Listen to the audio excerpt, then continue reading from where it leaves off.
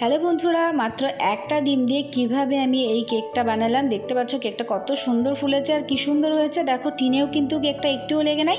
এটা কিভাবে সম্ভব সেটাও আমি টিপস তোমাদের এই ভিডিওতে পুরো দেখে দেবো। পুরো ভিডিওটা ভালো করে দেখতে থাকো। তো প্রথমে একটা আমি বাউল নিয়ে নিয়েছি আর এখানে মাত্র একটা ডিমই নিয়েছি। কুসুমটা কিন্তু তোমাদের তুলে রাখতে হবে, এমনভাবে রাখতে হবে যাতে কুসুম যেন সাদা অংশে একটুও না যায়। এবার এই সাদা অংশটাকে দেখতে পাচ্ছ এরকম ঝাঁঝ বেরানো পর্যন্ত তোমাদেরকে ঘুরিয়ে নিতে হবে। এবার এখানে আমি নিয়ে নিয়েছি ডাস্ট সুগার, মানে মিক্সিতে একটু পেস্ট করে নিবে।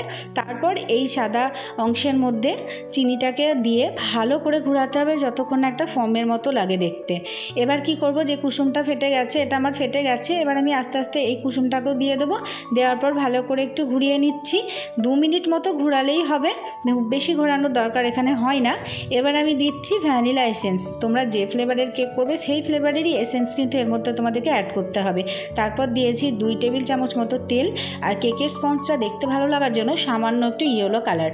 তারপরে একটু ভালো করে আমি এটা ঘুরিয়ে মিশিয়ে নিচ্ছি। মিশিয়ে নেওয়ার পর আমি এর মধ্যে অ্যাড করছি ময়দা এখানে আমি হাফ কাপ নিয়েছি, আর অল্প কিছুটা বেকিং পাউডার আর অল্প কিছুটা বেকিং সোডা। তারপরে এর মধ্যে আমি দিচ্ছি অল্প দুধ। এটা ছিল হালকা উষ্ণ গরম দুধ। এটা দেওয়ার পরে ভালো করে আমি ব্যাটারটাকে মিক্স করে নিচ্ছি, তোমরা দেখতেই পাচ্ছ। এবার এর মধ্যে আমি দেব একটু লেবুর রস। যদি বাড়িতে ভিনিগার থাকে তোমরা ভিনিগারও এর মধ্যে অ্যাড করতে পারো। এই লেবুর রসটা দেওয়ার জন্য কিন্তু কেকটা খুব সুন্দর ফুলবে আর ডিমের আষ্টে গন্ধটা আর পাওয়া যাবে না।